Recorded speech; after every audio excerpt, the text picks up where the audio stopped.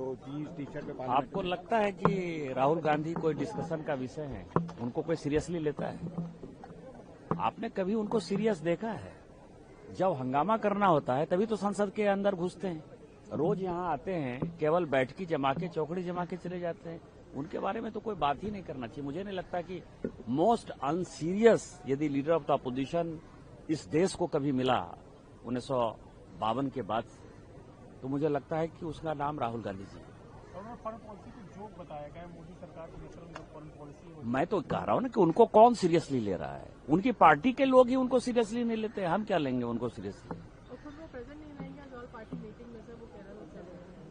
मैंने तो कहा ना कि एक नहीं होता है, एक मतलब मैं उन शब्दों का प्रयोग नहीं करना चाहता, लेकिन एक शब्द है बिहार में जैसे हमारे बच्चे भी बहुत बिगड़ जाते हैं ना, तो जैसे माँ भी उसको जोर से कहती है,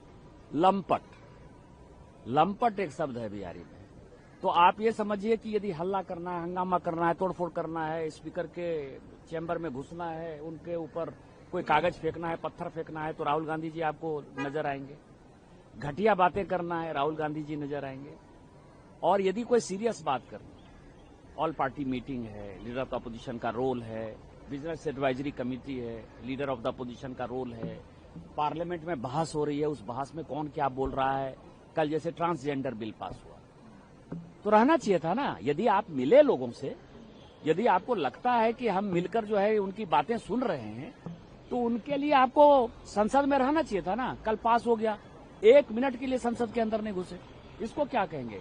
इसीलिए उस प्रकार के व्यक्ति के बारे में, अनसीरियस व्यक्ति के बारे में बहुत ज्यादा बात करने की आवश्यकता नहीं है। सर, कांग्रेस ने एलपीजी को लेकर भी प्रोटेस्ट किया है मकर द्वार पर। वो अलग चीज है, लेकिन आज जो मैंने ट्वीट किया है ये बड़ा इम्पोर्टेंट है। आज मेरा 9वां दिन है जो मैंने एक शपथ ली हुई है कि 365 दिन मैं कांग्रेस के कारनामों का ट्वीट करूंगा। और वो देश को जानने के लिए बहुत ही महत्वपूर्ण है कि 25 मार्च 1914 को ब्रिटिश इंडिया, चाइना और तिब्बत के बीच में एक समझौता, और वो समझौता ये कहा कि तिब्बत एक जमाने में बहुत ही बड़ा राज्य था। तिब्बत के राजा ने जो है चीन पर कब्जा करके उस परिवार में, राज परिवार में शादी की थी। नेपाल पे कब्जा करके नेपाल राज परिवार में शादी की थी।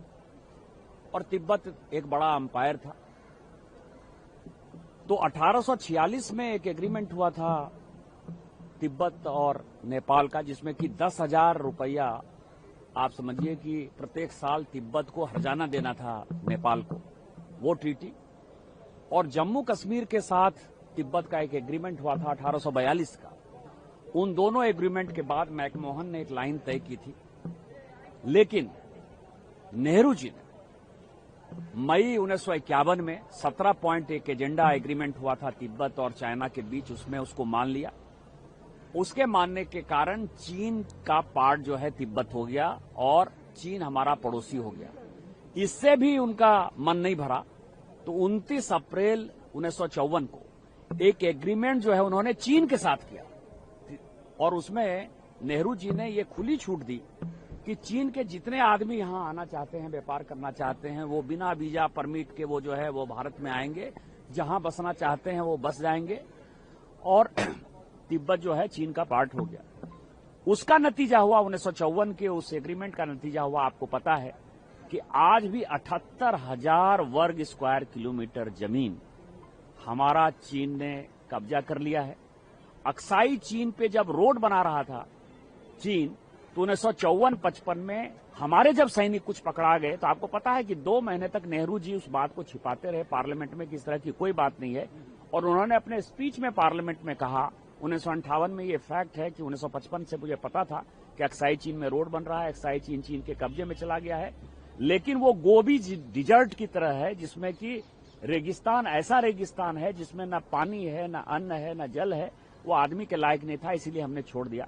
तो आज ये महत्वपूर्ण है और देश को जानने लायक।